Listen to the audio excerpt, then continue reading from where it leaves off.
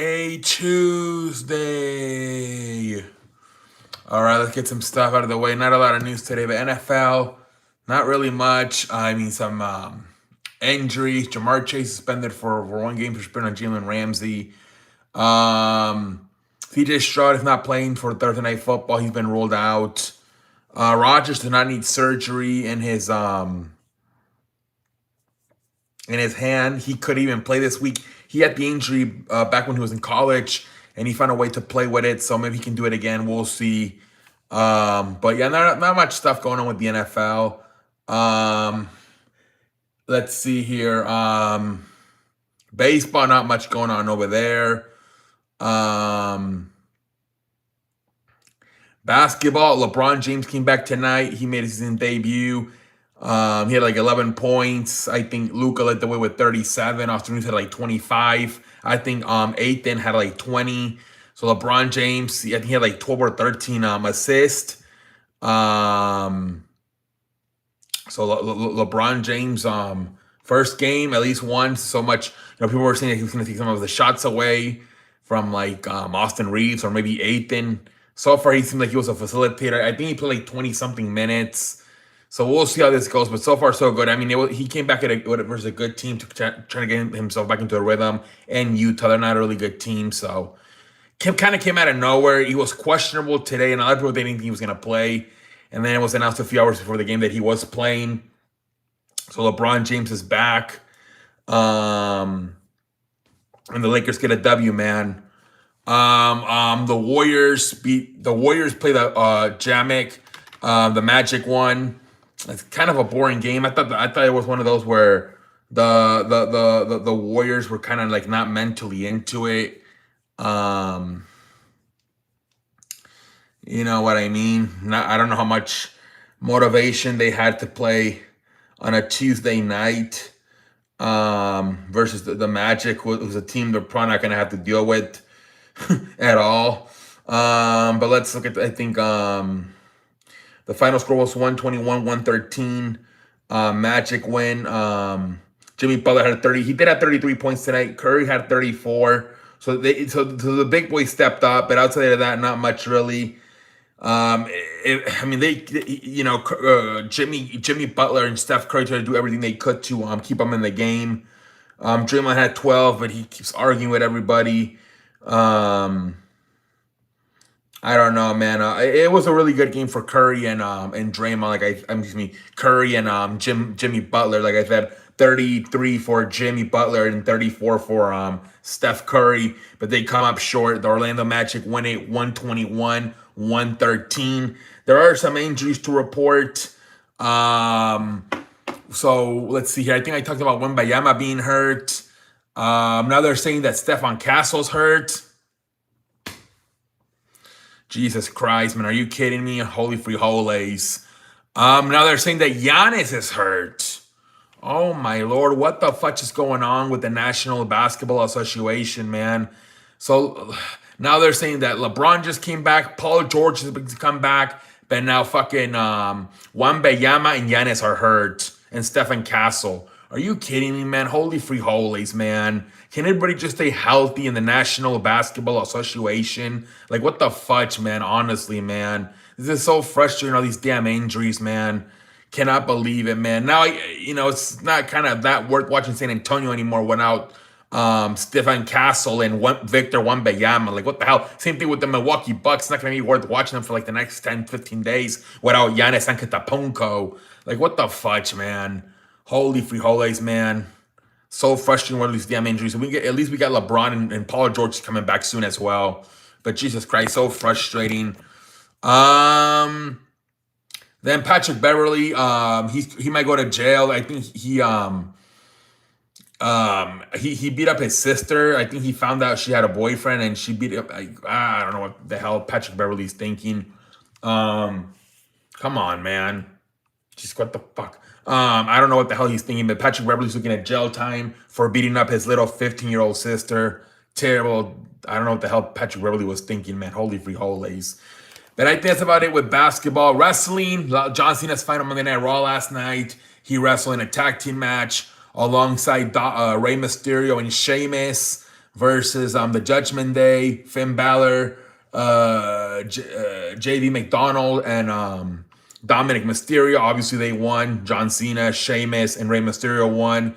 Then we have a bunch of stuff with the woman.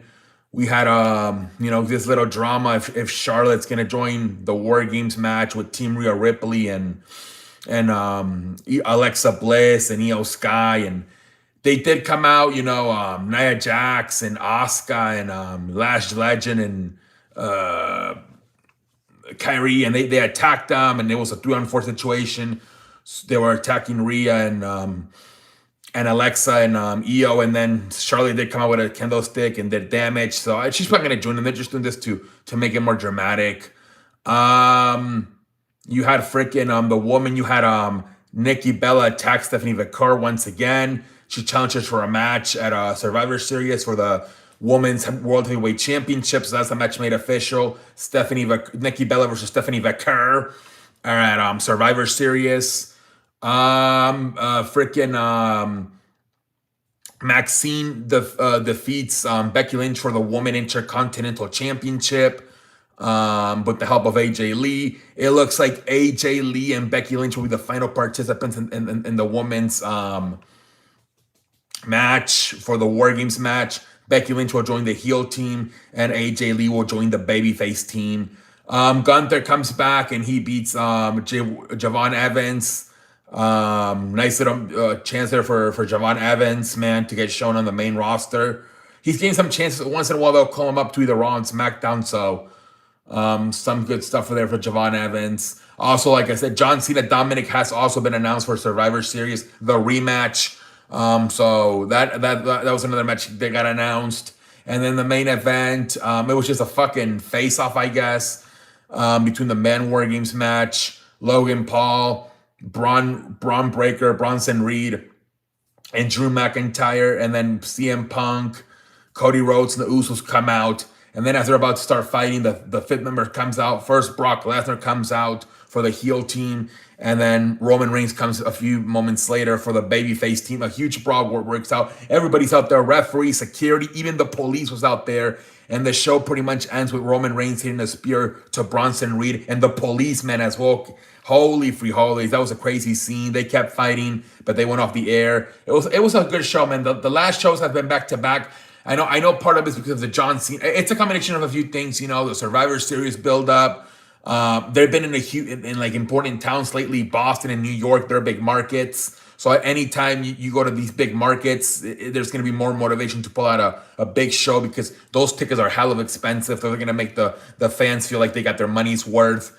But hopefully they can keep this momentum. Right now, you kind of at least for Monday night, you're in a little bit of a wave with these last few shows. Hopefully we can keep it up and drive this wave up until at least WrestleMania, man. The WWE really needs it, man. 2025 was very inconsistent for them. So hopefully they can, they're not. The last few Raws have been pretty good. Hopefully they can drive this little wave into WrestleMania at least. I don't know, man. I hope they don't take a break in December. I know they've been doing that the last few years, right? They take about a break in December, and I hope maybe they shouldn't do that this year and continue the wave because you can have Survivor Series, and then a few weeks later you have the Saturday Night's Main Event for John Cena's final match. And then that's where I'm kind of worried after John Cena's final match that it might go to the shithole as far as the momentum for the WWE as a company. Hopefully not, man. I'm hoping not, but I'm kind of worried that after John Cena's farewell match on December 13, the momentum's going to stop. Jesus Christ, man. But yeah, man, we'll see what the fudge happens with the WWE. But it's kind of a nice little good wave right now. Even SmackDown at the end there, they had the War Game stuff over there on Friday with McIntyre and The Vision and Logan Paul. And so, SmackDown is a mid-card show. I mean, at this point, we all have to accept SmackDown is a mid-card show. Raw's what's sad. That's where all the big stars are. SmackDown is kind of like it's kind of like NXT is like the AAA, and then you get called up, and you're playing a bunch of 1 o'clock games, But then if you get called up to Monday Night Raw, you get to play on Monday Night Football and on ESPN. You know what I'm saying? It's kind of like that.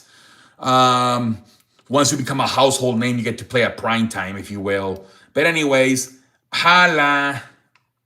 What the fuck is happening? We're having some technical problems with the fucking show. Excuse me. I'm trying to be a professional on this show, man. I'm so apologizes. There's a lock. Damn it. Can we get a nerd up in here? Guys, there's a lock on the thing. I gotta wait a few seconds for this shit to be over. Excuse me. For this for this stream to be over. I'm so apologize. I don't know why I double clicked it and then it, you know how you like your phone and the password you type it wrong, so you have to wait a minute for it to type it again. That's what happened, man. I clicked the button. Come on, motherfucker. Excuse me. Come on, computer. All right, guys, it expired. We're